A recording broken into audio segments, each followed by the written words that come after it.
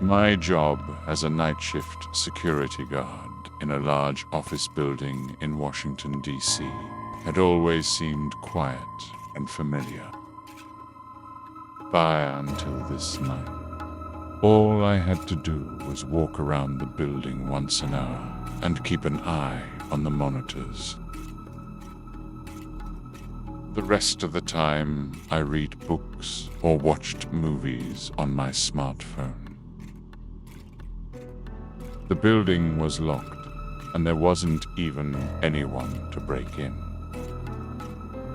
But this night, something went wrong. While on shift, my co-worker Frank said he received a threatening phone call. He claimed someone was on the 7th floor calling him to find them. Frank was a little sweaty and nervous, but I chalked it up to his tendency to exaggerate. When he left, it was quiet. I finished my first sweep of the building at 11 p.m. The patrol showed empty and orderly. Back at the post, I decided to call my wife to see if all was well at home. But just as I reached for the phone, the radio hissed. At first I thought it was interference, but then I heard a voice.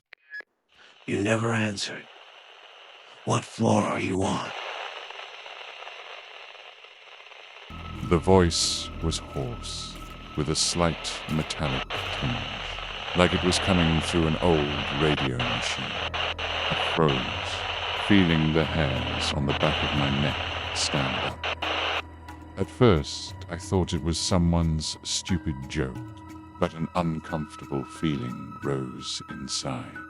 The silence that surrounded me seemed to grow denser, and the air felt cold. I exhaled sharply, trying to calm myself.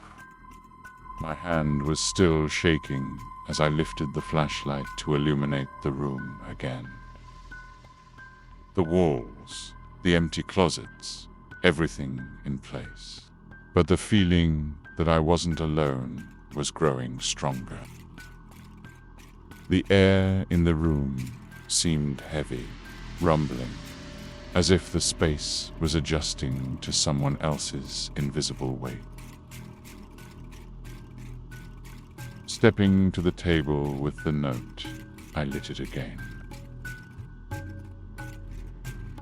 At first glance, the text remained the same, but when I looked closer, it seemed to me that the letters had begun to move slightly, as if written by something alive.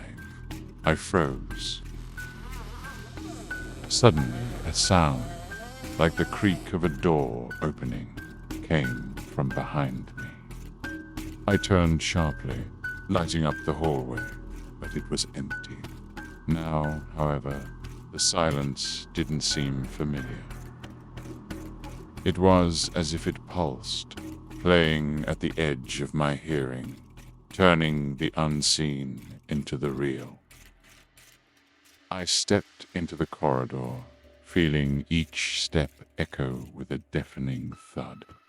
Thin scratches appeared on the walls that hadn't been there before, as if someone had clawed at the plaster. A light rustle ran along the corridor, fading into the distance. When I reached the elevator, the call panel flashed red, then went out completely. I started to feel uneasy. Turning back, I noticed that the door to the office I had just left was now completely closed, but I distinctly remembered leaving it open. Back at my post, I rushed to the surveillance monitors. The screen flashed, changing footage from different floors.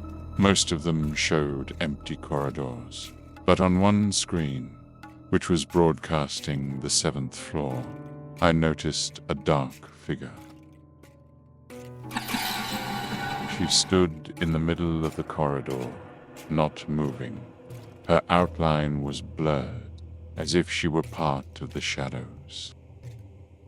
I zoomed in, trying to get a better look at the figure, but at that moment the screen began to shake.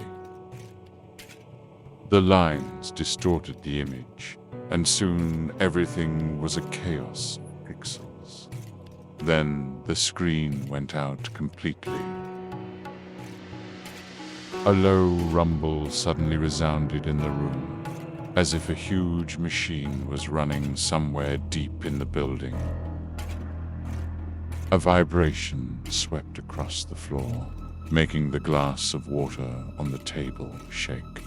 I began to panic, realizing that all control of the situation was slipping away.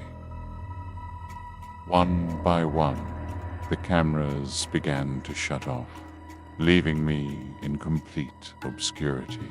The last thing I saw on one of the screens was an elevator door that was slowly opening, even though no one had summoned it. I turned off the monitor and began to think about what to do next.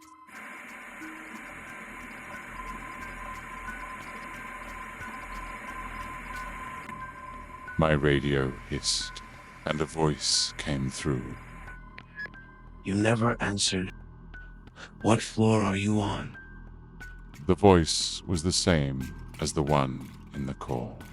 Only now it sounded closer, as if this someone was whispering directly into my ear. I jumped up, grabbing the walkie-talkie, but I couldn't get a word out.